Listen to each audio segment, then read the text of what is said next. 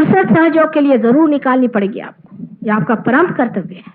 जो कहता है मेरे पास टाइम नहीं, कब करूं, सो सहयोग नहीं कर सकता। रोज शाम को और रोज सवेरे थोड़ा देर निकालना पड़ता है। सहयोग में अनेक नियम है, अपने आचार व्यवहार, बर्ताव, रहन सहन, आसन आदि क्या क्या करने के वगैरह सबके नियम है। मैं सब नहीं बता सकती। एक साहब ने प्रश्न किया कि माता जी आपने कहे थे कि उसके आसन बताओ, तो मैं सब चक्रों के आसन आज नहीं बता सकती, लेकिन इसके मामले में बहुत लोग जानते हैं कौन से आसन करने चाहिए, कौन से चक्र। साहब आए, मुझे कहना हम तो आए थे आपसे मिलने, लेकिन वहां एक साहब थे बड़े बदतमीज से। हमने कहा क्या हुआ? कहने लगे कि हम दिन में आए थे आपके पास, मैंने कितने बजे? 3:30 बजे। मैंने कहा उस वक्त तो मैं आराम करती हूँ। तो कहने हमने सोचा माँ का दरबार, कभी भी आ जाओ। मैंने कहा ठीक है, आपके लिए तो माँ का दरबार है, लेकिन आपके अकल का दरबार कहाँ रह गया? जो रात दिन माँ मेहनत कर रही, क्या उसको थोड़ा आराम नहीं करना चाहिए? अगर उन्होंने कह दिया कि इस वक्त माँ आराम कर रही है, आप नहीं आए, तो आपको खुद सोचना चाहिए कि बात सही है। लेकिन जब वो उस जगह खड़े होंगे तो क्या करेंगे? इस प्रकार लोग बहुत बार सहयोग से बेकार में भागते हैं, और इसकी वजह सबसे बड़ी मैं तो यही सोचती हूँ कि अभी वो पात्र नहीं। जो आदमी पात्र होता है घुसता चला जाता है उसमें। थोड़े दिन नाराज हो रहे हैं, कुछ हो रहे हैं, चलो घुसते चलो इसमें, और गहन उतरता है। जो सॉफ्ट लाइन है वो हमेशा लेती है जीवंत चीज। जैसे एक बी है, जब वो अंकुरित होता है, जब स्प्राउट करता है, तो उसका जो रूट कैप होता है बड़ा छोटा सा होता है, इतना सा, लेकिन बड़ा समझदार वाइज होता है। वो जा करके किसी चट्टानों से नहीं टकराता है, किसी पत्थरों से नहीं टकराता है, पर पत्थर के किनारे पे थोड़ी सी सॉफ्ट जगह मिल जाए उसमें से घुसता चला जाता है और जाके जम जाता है, और उस पत्थरों पे इस तरह से जकड़ जाता है कि सारा पेड़ का पेड़ उसी सहारे खड़ा हो जाता है। ये अकलमंदी की बात। जब इतना सा एक सेल है, उसको इतनी अकल है, तो क्या एक सहयोगियों को नहीं होनी चाहिए कि किस तरह से हम गहन उतरे चले? कुछ ना कुछ बहाना बन के सहयोग से भागने से आपकी प्रगति नहीं होगी, आपका ही लॉस होगा। ये सब बहानेबाजियां आपको बंद करनी चाहिए। ये अपने मन का खेल है, इसको आप छोड़िए। ये ईगो है और कुछ नहीं है, ये बड़ा सूक्ष्म ईगो है। कोई आपके पैर पे नहीं गिरने वाला। ये तो जरूरी है कि सबसे अच्छे से बातचीत की जाए, कहा जाए, पर कल कोई बिगड़ भी गया, उस पर से सहयोग से भागने की क्या जरूरत है? आप जब तक आप केंद्र पे नहीं आएंगे तब तक आपका कोई सा भी काम नहीं बन सकता है। एक तो सबसे बड़ी बात यह है कि लोग बहुत से ये भी सोचते हैं कि अगर हम सहयोगी हैं तो हमारे बाप दादे के दादे के, बहन के और भाई के भाई के भाई के कोई ना कोई रिश्तेदार कहीं अगर उसको कुछ हो जाए तो बस वो माता जी उसको ठीक करे। एक साहब बहुत बड़े सहयोगी हैं और हमारे यहाँ ट्रस्टी रह चुके, सालों से ट्रस्टी हैं, उनकी बीवी भी, दोनों को बहुत बीमारी थी, ठीक हो गए, काफी गहरे उतर चुके, सब कुछ हुआ। उनके लड़का ऊपर से गिर के मर गया। नॉर्मली सहयोग के लोग एक्सीडेंट से मरते नहीं, कभी अभी तक तो हमने सुना नहीं किसी को मरती। और वो इस तरह से मर गया, जवान लड़का था, लेकिन उन्होंने ये कहा कि ठीक है, ये तो कुछ ना कुछ होना था और हो गया, लेकिन एक्सीडेंट से तो माँ ने मुझे बहुत बार बचाया है। मैंने इतने बार अपने लड़के से कहा कि माँ के पास चलो, आया नहीं, तो मैं क्या उसकी जिम्मेदारी ले सकता? अगर वो माँ के पास आता, अपने बच्चे को लेके आता, तो कभी भी ऐसा नहीं होता। उन्होंने यही मुझसे बात कही, और इतने उस बच्चे को प्यार करते थे, सब कुछ, लेकिन उन्होंने कहा कि जब बाप ही नहीं आ रहा था तो लड़का क्या आएगा? आपके जितने रिश्तेदार हैं उनका ठेका हमने नहीं लिया हुआ, ना आप लीजिए। आप उनसे कहिए कि सहयोग में आप उतरे, सहयोग को आप पाएं, और इसकी रिश्तेदारी आप अगर उठा ले तो सारी दुनिया ही आपके रिश्तेदार है।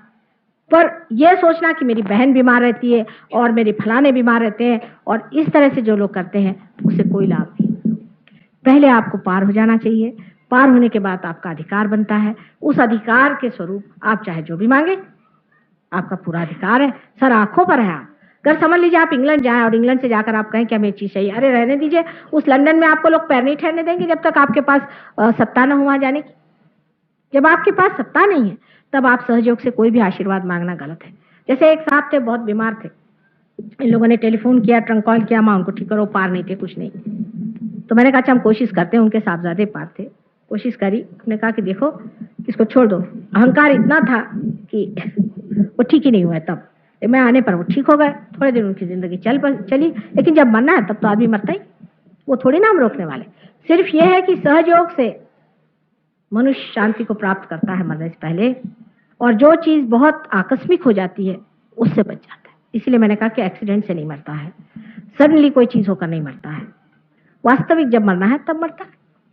तो उनको जब मरना था वो मर ही गए बेचारे, वो पार भी नहीं हुए थे और बड़ी मुश्किल से उनको किसी तरह से ठीक किया था, वो मर गए। तो उनके सब रिश्तेदार कहने लगे कि माता जी इनको बचाया नहीं। मैंने कहा उनसे एक सवाल पूछो कि आपने माता जी के लिए क्या किया। पहला सवाल। लोग ऐसा हक सहयोग पे लगाने लगते हैं क्योंकि ये सहज है।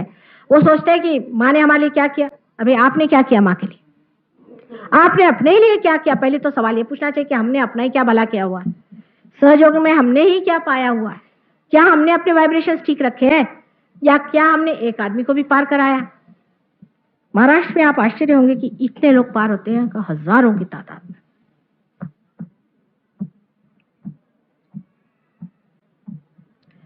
महाराष्ट्र की महत्ता मैं इसलिए नहीं कहना चाहती हूँ कि आप जाके खुद ही देखिए, मैं तो खुद आश्चर्य में हूँ कि इतने हजारों लोग कैसे पार हो जाए और फिर जमते भी बहुत है। ये भी बात उन लोगों में, और इस तरह की बात वहां नहीं होती है। अब वहां ये नियम बनाया था पहले हमने कि जब किसी ने कर 11 आदमी को पार किया वही मेरे पैर छू सकता है। वहां पैर छूने की लोगों को बीमारी, अगर किसी से कहो कि पैर नहीं छूना तो बस उनके लिए फिर आफत हो जाती। शानदार भी आदमी होंगे तो भी चाहेंगे कि माँ के पैर छू। यहाँ किसी कहो कि पैर छुए तो वो बिगड़ जाए, क्यों पैर छुए साहब इनके हम। लेकिन उनको मैंने अगर कहा कि आपको पैर छूना है तो आपसे कम से कम 11 आदमी होने चाहिए, वही लोग छू सकते हैं जिन्होंने 11 आदमी पार किए। तो कुछ लोग खड़े हो गए, पहले माँ हमने तो 11 नहीं 10 ही किए हैं, छू ले पैर। देखिए भोलापन। अब उन्होंने कहा कि भाई अब 21 बनाओ, कम से कम 21 पार किए तो माँ के पैर छू सकते, नहीं तो अधिकार नहीं जमता। और ये काम बन गया। 21 वाले बहुत निकला, इतने निकला है कि मुझे कहना पड़ा भैया आप जाने दो, अब नंबर बढ़ाओ। और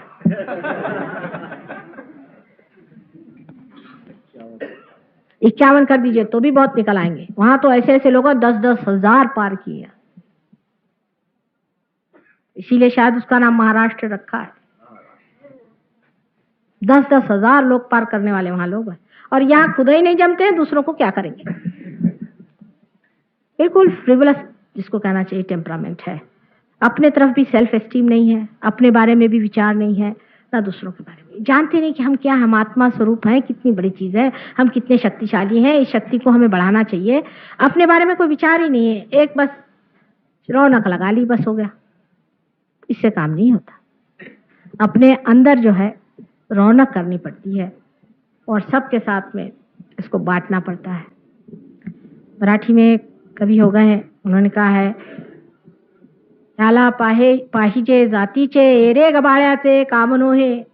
कहले इसके लिए जिसमें जान हो वो आए, ऐसे वैसे लंदी फंदी लोगों का ये काम नहीं। एरिया गबाळ्याचे मैंने बेवकूफों का ये काम नहीं। इसलिए आपसे मुझे रिक्वेस्ट करना है, बताना है बहुत बहुत विनती करके कि आपको जो भी दिया है उसका संजोना बहुत जरूरी है, उसके और बढ़ना जरूरी है। दिल्ली के फाउंडेशन के पहले स्टोन्स हैं और आज 7 साल से मैं यहाँ मेहनत कर रही हूँ दिल्ली में, और अभी इन गिन के 200 स्टोन्स भी नहीं जोड़ पाई। ये कठिनाई है, आप सोचिए। और जो आते भी हैं ज्यादातर दल बदलू और दल बांधने में नंबर 1। ये शायद हो सकता है कि पॉलिटिक्स का असर हो, चाहे जो भी हो, इतना पॉलिटिक्स करते हैं कि जिसकी कोई हद नहीं। इसमें पॉलिटिक्स नहीं है, कुछ नहीं है, इसमें सिर्फ अपने को पाना और परमात्मा को पाना और सारे संसार को एक नई सुंदर प्रेम पूर्ण क्रांति में बदल देना ही एक काम है। बड़ा भारी काम है, बहुत महान काम है, इसमें हजारों लोग चाहिए। और अगर आप नहीं करिएगा, ये भी आप जान लीजिए, तो ये लास्ट जजमेंट है। जजमेंट कुंडलिनी से ही होने वाला है। और क्या भगवान आपको तराजू में डाल के नहीं देखने वाले, कुंडलिनी को जागरूक करके ही आपका जजमेंट हो रहा है। वो लास्ट जजमेंट जो बताया गया वो शुरू हो गया, और जो इसमें से रुक जाएंगे उसके लिए कल के अवतरण में आप जानिएगा कि सिर्फ काट छाट होगी। कोई आपको लेक्चर नहीं देगा, कोई बात नहीं करेगा, बस एक टुकड़ा इधर या एक टुकड़ा उधर।